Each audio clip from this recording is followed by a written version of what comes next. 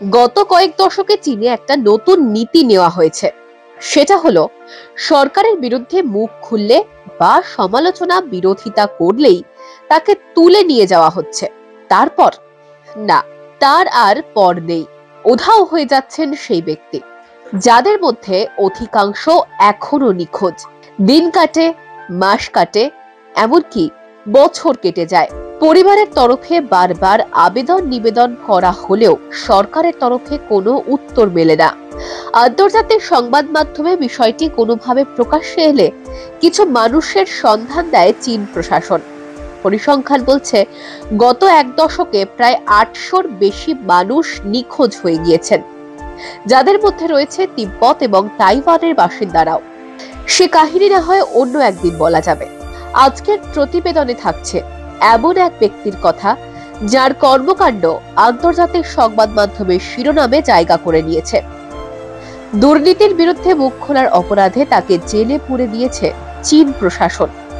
একটি kangaroo court বসিয়ে তার বিরুদ্ধে সাজাও ঘোষণা করা হয়েছে এবং এমন ব্যবস্থা করা হয়েছে যাতে তিনি কোনোদিন উচ্চতর আদালতে আবেদনও করতে না পারেন। আন্না সেংগ্রা, বয়স ৫৩।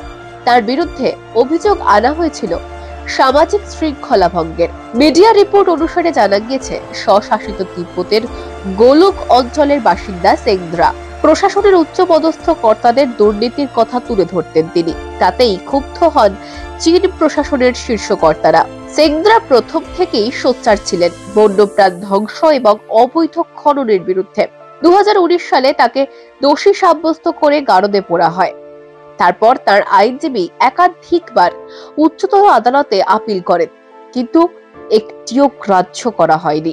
তার আইনজীবী লিন কুইলের দাবি, সিয়াংয়ের সুপ্রিম কোর্টে সেংগ্রার মুক্তি নিয়ে আপিল করা হয়েছিল, কিন্তু বিচারক এজলাসের বাইরে এসে তাকে জানান সেংগ্রার রিভিউ পিটিশন তারা দেখবেন না।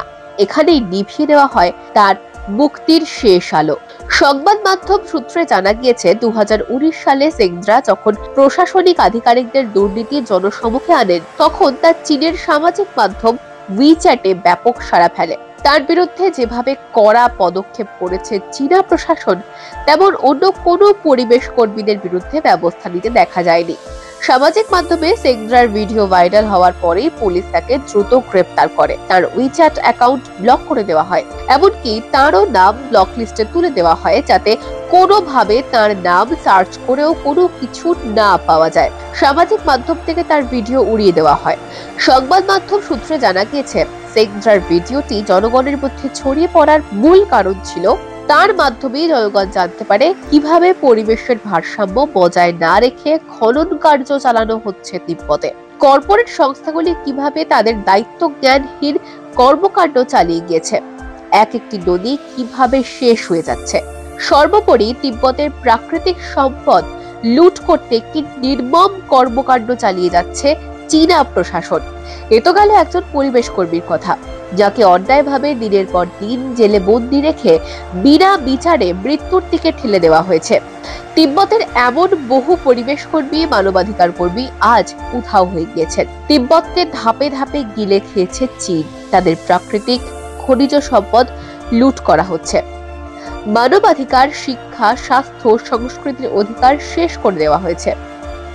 বিষাক্ত হচ্ছে পবিত্র ভূমি।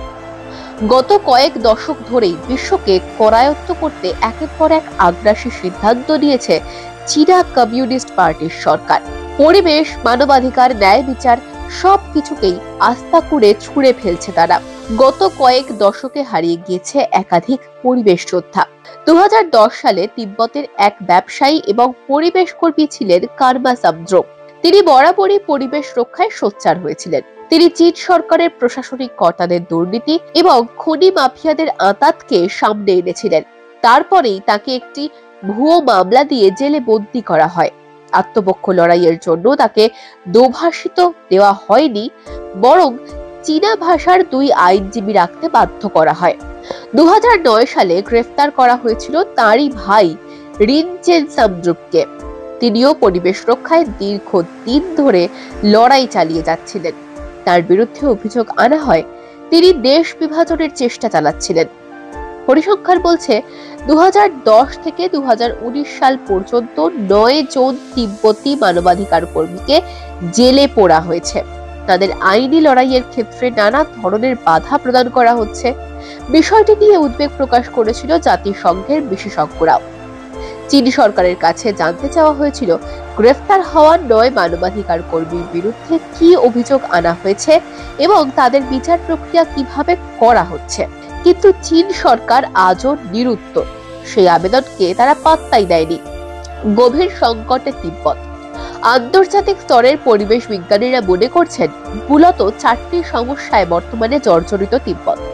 সেগুলি হলো জলবায়ু পরিবর্তন, অবৈধ খনন, দারিদ্রতা এবং বৈষম্য। সরকারের মদতে এর মধ্যে সবচেয়ে বেশি যে সংকট দানা বেঁধেছে সেটি হলো অবৈধ খনন।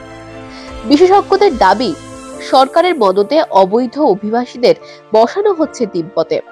তারাই নদী গর্ভ থেকে সোনা খনন করতে সায়ানাইড পারদের যথেচ্ছ ব্যবহার করেছে।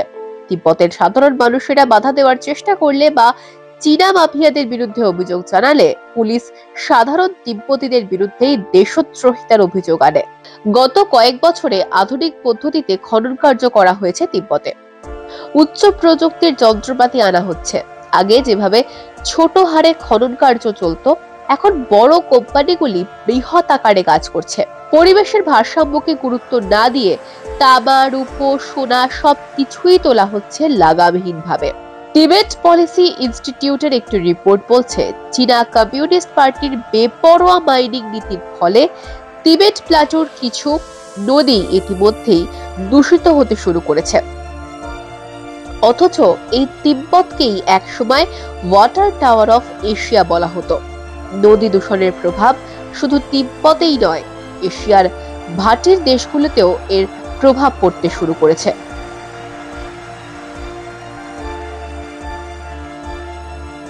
ব্যুরো রিপোর্ট, মাধ্যম।